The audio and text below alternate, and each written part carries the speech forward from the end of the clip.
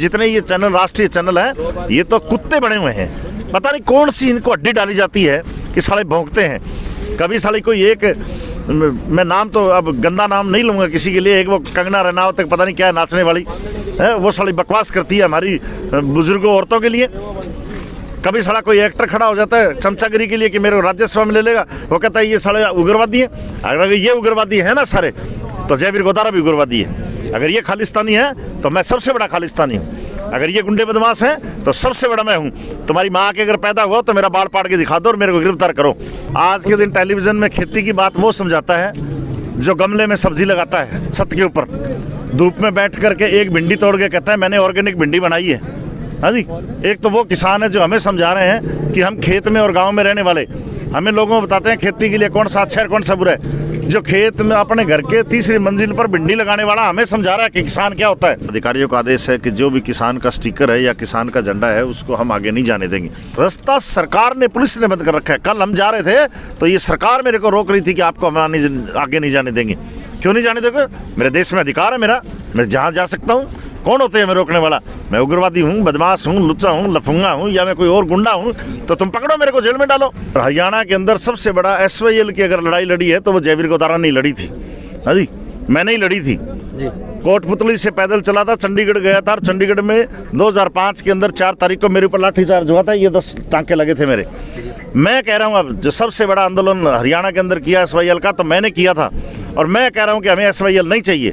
अब हम किसी से डरने वाले नहीं हैं। ये तो क्या मैं और नाम ले दूंगा, वो समान झोंपड़ी तारागढ़ नाम क्या है। जब हम सारे 3 स्टेट इकट्ठे हो जाएंगे ना, कोई सामान ही कुछ नहीं है जी, किसी के पास पाड़ के फेंक देंगे, कुछ नहीं है। किसान एकता जिंदाबाद, किसान एकता जिंदाबाद, किसान एकता जिंदाबाद।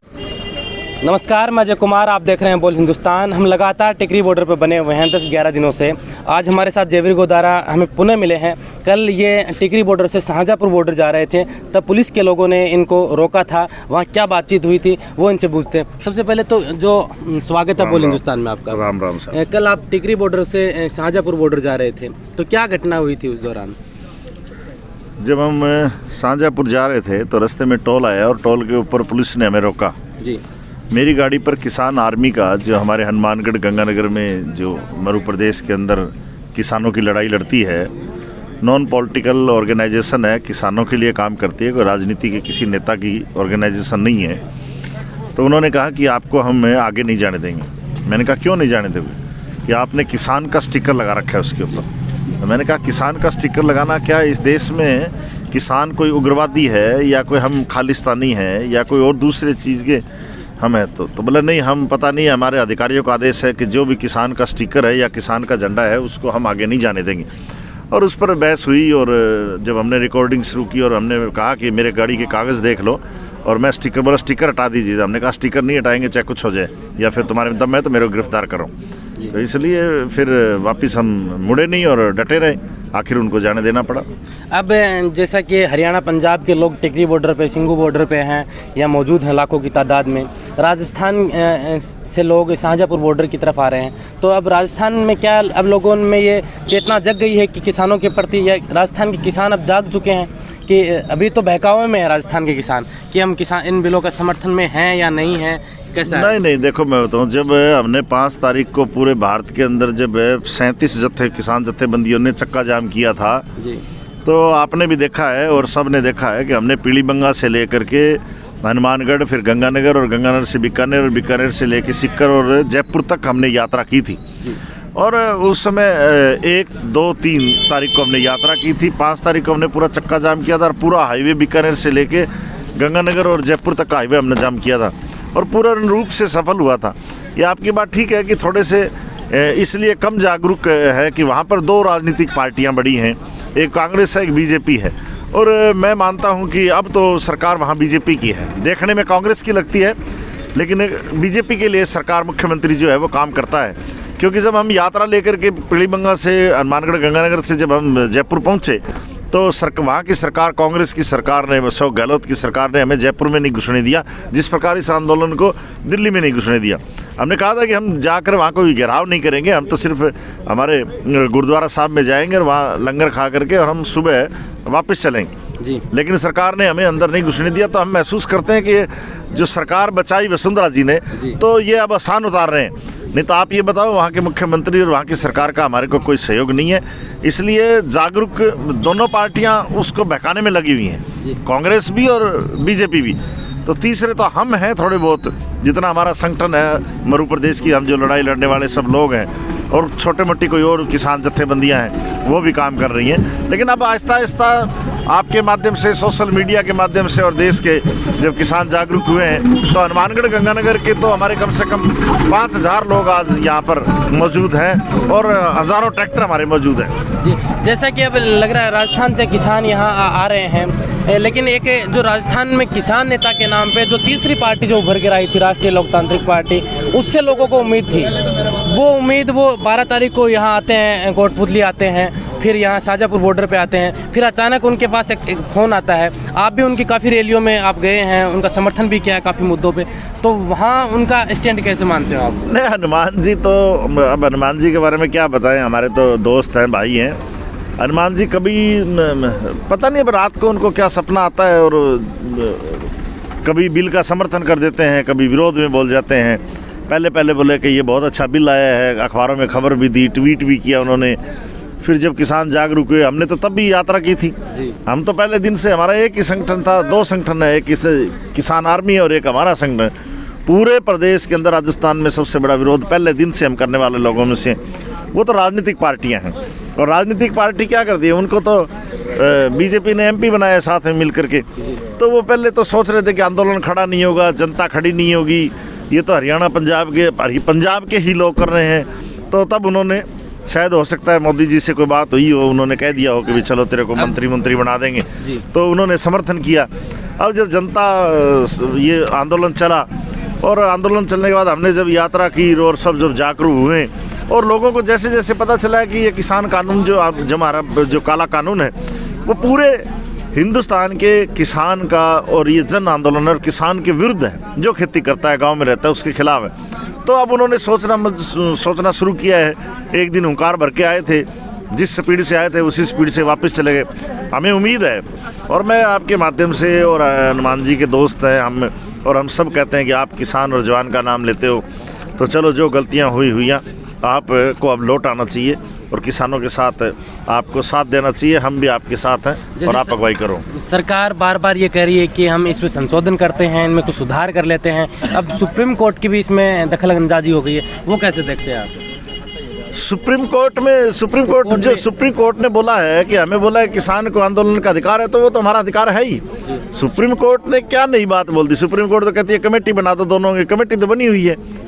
इसमें समझौते की क्या बात है? किसान, सुप्रीम कोर्ट से हम तो उम्मीद ये करते थे कि हमने कहा था हम शांतिपूर्वक इस देश की राजधानी में जाना चाहते हैं। अब सुप्रीम कोर्ट कहती है कि रास्ते बंद नहीं करने चाहिए। रास्ते किसने बंद किए? आज भी किसानों ने एक भी जगह रास्ता बंद नहीं किया है। रास्ता सरकार ने, पुलिस ने बंद कर रखा है। कल हम जा रहे थे तो ये सरकार मेरे को रोक रही थी कि आपको हम आगे नहीं जाने देंगे। क्यों नहीं जाने दोगे? मेरे देश में अधिकार है मेरा, मैं जहाँ जा सकता हूँ। कौन होते हैं मैं रोकने वाला? मैं उग्रवादी हूँ, बदमाश हूँ, लुच्चा हूँ, लफंगा हूँ, या मैं कोई और गुंडा हूँ? तो तुम पकड़ो, मेरे को जेल में डालो। अगर मैं जेल में, अगर मैं गुंडा बदमाश नहीं हूँ, तो फिर तुम मेरे को रोक कैसे सकते हो? तो आज हमें पूरा हिंदुस्तान का जवान जो किसान है, वो अपनी राजधानी, देश की राजधानी में जाना चाहता है, और उसके 10-10 लेयर लगा रखी है। आप शांतिपूर्वक जाने वालों पर पानी की बौछार करते हो, आप उन पर हमला करते हो, आप लाठियां चलाते हो, और फिर सुप्रीम कोर्ट में दायर करते हो कि आप जो आपने रास्ता रोक रखा है। तो सारे बहुत ही कमीने और घटिया लोग हैं ये। और जितने ये चैनल, राष्ट्रीय चैनल हैं, ये तो कुत्ते बने हुए हैं। पता नहीं कौन सी इनको हड्डी डाली जाती है कि साले भौंकते हैं। कभी साले कोई एक, मैं नाम तो अब गंदा नाम नहीं लूँगा किसी के लिए, एक वो कंगना रनावत तक पता नहीं क्या है नाचने वाली है, वो साली बकवास करती है हमारी बुजुर्गों औरतों के लिए। कभी साला कोई एक्टर खड़ा हो जाता है चमचागिरी के लिए कि मेरे को राज्यसभा में ले लेगा, वो कहता है ये साले उग्रवादी है। अगर ये उग्रवादी है ना सारे, तो जयवीर गोदारा भी उग्रवादी है। अगर ये खालिस्तानी है तो मैं सबसे बड़ा खालिस्तानी हूँ। अगर ये गुंडे बदमाश हैं तो सबसे बड़ा मैं हूँ। तुम्हारी माँ के अगर पैदा हुआ तो मेरा बाल पाड़ के दिखा दो और मेरे को गिरफ्तार करो। जैसा कि सरकार अब कह रही है कि हम कुछ समझौता करने के लिए तैयार हैं, कुछ बीच का रास्ता निकाल लिया जाए, तो क्या इन संगठनों को बीच का रास्ता निकाल कर इस आंदोलन को वापस नहीं लेना चाहिए? हाँ है ना, बीच का रास्ता है। क्या रास्ता? बीच का रास्ता ये है कि तुम बिल पाट दो और हम इधर चले जाएंगे, बस बीच का रास्ता होगा ना जी। बीच का रास्ता सिर्फ एक ही है, बीच में इन्होंने पत्थर डाले हुए हैं जी, रास्ता रोका हुआ है। तो बीच का रास्ता यही होगा कि बीच का रास्ता ये है कि तुम अपना बिल पाट दो, हम इधर चले जाएंगे, तो बीच का रास्ता होगा। तुम तुम्हारे हम हमारे, बात खत्म। अब जैसा कि इस आंदोलन में लगातार आप देख रहे हैं कि 22 लोगों ने शहादत दी है, 22 लोगों की शहादत हो गई, कड़कड़ाती ठंड पड़ रही है, लोग यहाँ परेशान हो रहे हैं, इतनी व्यवस्थाएं लेके आ रहे हैं, और फिर कुछ लोग हैं जो केंद्र सरकार के हैं या भाजपा के समर्थक हैं या जो अभी लोग हैं, वो इन लोगों को कभी आतंकवादी से जोड़ते हैं, कभी नक्सलवादी से जोड़ते हैं, कभी कहते हैं कि असली किसान ही नहीं है, नकली किसान। दूसरी बात है जी, आज के दिन टेलीविजन में खेती की बात वो समझाता है जो गमले में सब्जी लगाता है छत के ऊपर, धूप में बैठ करके एक भिंडी तोड़ के कहता है मैंने ऑर्गेनिक भिंडी बनाई है। हाँ जी, एक तो वो किसान है जो हमें समझा रहे हैं कि हम खेत में और गांव में रहने वाले, हमें लोगों को बताते हैं खेती के लिए कौन सा अच्छा है कौन सा बुरा है। जो खेत में अपने घर के तीसरी मंजिल पर भिंडी लगाने वाला हमें समझा रहा है कि किसान क्या होता है।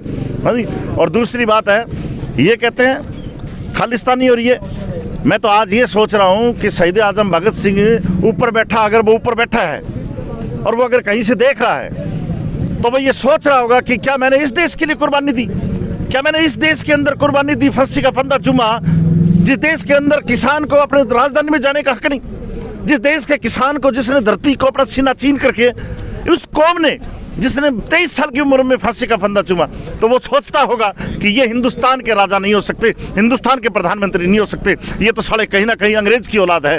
क्योंकि अगर हिंदुस्तान की औलाद होती तो हम 23 साल के नौजवान साथी ने शहीद आजम भगत सिंह ने फांसी का फंदा चूमा था ताकि मेरे देश के अंदर आज़ादी हो और किसान कहीं भी जाए और किसान की बात सुनी जाए। आज किसान की बात सुनी नहीं जा रही, किसान को उग्रवादी कहा जाता है। भिंडी पार्क में भिंडी लगाने वाले और अपने घर के अंदर भिंडी लगाने वाले हैं, तीसरी मंजिल पर बैठ करके एसी के अंदर हैं पकाने वाले, वो हमें समझाते हैं और वो हमें बताते हैं, हमें सर्टिफिकेट देते हैं कि कौन खालिस्तानी है और कौन देशद्रोही है। सरकार से बार बार वार्ता हो रही है, इन किसान संगठनों के लोगों की दोबारा वार्ता का कोई हल नहीं निकल रहा है। तो अब क्या लगता है कि आंदोलन लगभग 3 महीने हो गए हैं इस आंदोलन को चलते हुए, आप लगातार यहाँ मौजूद हैं, शाहजहाँपुर आप जाके हैं, टिकरी बॉर्डर आप जाके हैं, कैसी स्थिति देख रहे हैं कि क्या रणनीति देख रहे हैं, कब तक ये आंदोलन और चल सकता है? मैंने तो 550 किलोमीटर जब पीलीबंगा, गंगानगर, हनुमानगढ़, जयपुर तक यात्रा की थी, तब भी हमने कहा था, तब राजस्थान के लोग तो मानते ही नहीं थे कि इतना बड़ा आंदोलन होगा, तब भी मैंने कहा था कि 26 तारीख को हम चलेंगे और हिंदुस्तान का नहीं दुनिया का सबसे बड़ा आंदोलन होगा और हम वापस नहीं जाएंगे। ये आंदोलन इतना बड़ा होगा। और जब हमारा इतिहास है, हमारे ऊपर यही कानून जब लगाए गए, गोरों ने लगाए थे 1906 के अंदर, तो शहीद आजम भगत सिंह के चाचा अजीत सिंह ने 9 महीने आंदोलन चलाया था। तो हम बुजुर्गों से उनके ही बच्चे हैं जी, तो 9 महीने लगेंगे तो लग जाएंगे, कोई दिक्कत नहीं है। कैसी तैयारी देख रहे हैं यहाँ पे आप? इससे बड़ी तैयारी कभी आज तक के इतिहास में मैंने मेरे जीवन के अंदर 40 केस मुकदमे झेले हैं जी, और मैंने उत्तरी भारत की कोई जेल नहीं है जिसके अंदर मैंने आंदोलन करते हुए जेल नहीं काटी है। लेकिन मैंने आज इससे सुंदर आंदोलन, इससे बड़ा भाईचारा, इससे बड़ा एक दूसरे की मदद करना, इससे बड़ा कोई आंदोलन नहीं हो सकता। और मैं कह रहा हूँ कि ये तो सरकार चीज़ ही क्या है, जब अंग्रेजों को झुकना पड़ा था, अब तो फिर भी वोट का राज है जी। अगर तुमने किसानों के साथ आज भी मौका है कि मोदी हार मान ले, और हार क्या इसमें और क्या जीत है इसके अंदर, ये इसी देश के इसी लोगों ने वोट दिए थे, इन्होंने प्रधानमंत्री बनाया था।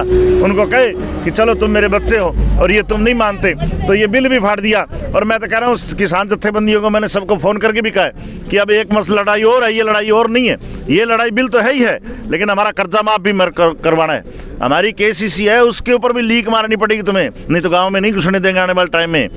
अभी तो ये अंगड़ाई है, आगे और लड़ाई है जी। जैसे आप हरियाणा में भी राजनीतिक रूप से सक्रिय रहे हैं वहाँ पे, तो हरियाणा की सरकार और पंजाब के लोगों में जो ये पानी का मसला जो चलता है, अब इसके ऊपर भी सियासत होने लगी है। कुछ लोगों के ट्वीट आ रहे हैं, भाजपा के नेताओं के ट्वीट आ रहे हैं कि SYL का जो पानी का मसला है उसको लेकर पंजाब हमें पानी नहीं दे रहा है, तो किसान, हरियाणा के किसानों को बरगलाया जा रहा है, ऐसा कुछ। मैं भारतीय जनता पार्टी में 25 साल मैंने काम किया है जी, और मैं राजस्थान में काम बहुत किया है, लेकिन हरियाणा के अंदर मैं किसान का, भारतीय जनता युवा मोर्चा का प्रभारी रहा हूँ। जी।